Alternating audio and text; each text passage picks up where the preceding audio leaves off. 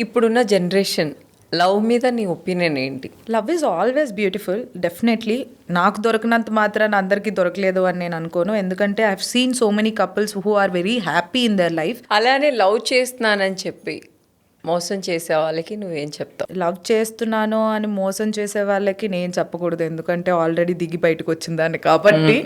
But ఒకటి ఏంటనంటే, మోసపోతున్న వాళ్ళు ఉన్నన్ని రోజులు మోసం చేసే వాళ్ళు ఉంటూనే ఉంటారు. So it all depends on you. నువ్వు నమ్మకం పెట్టుకుంటున్నావు, నువ్వు ప్రేమిస్తున్నావు, నువ్వు బాధపడుతున్నావు, ఇక్కడ మొత్తం నువ్వే ఉన్నావు. సో నువ్వే దాంట్లోంచి బయటికి రావాలి. నువ్వు నీ లైఫ్లో ఏది ఇంపార్టెంట్ అని నువ్వు చూసుకోవాలి. కొంతమంది డిప్రెషన్కి వెళ్ళిపోతారు, సూసైడ్ చేసుకుంటూ ఉంటారు.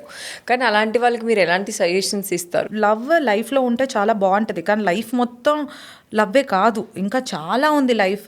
ఇప్పుడు లవ్ కంటే ఒక బ్రేకప్ అయింది, బ్రేకప్ అయితే ఇంక అక్కడితో లైఫ్ అయిపోయింది.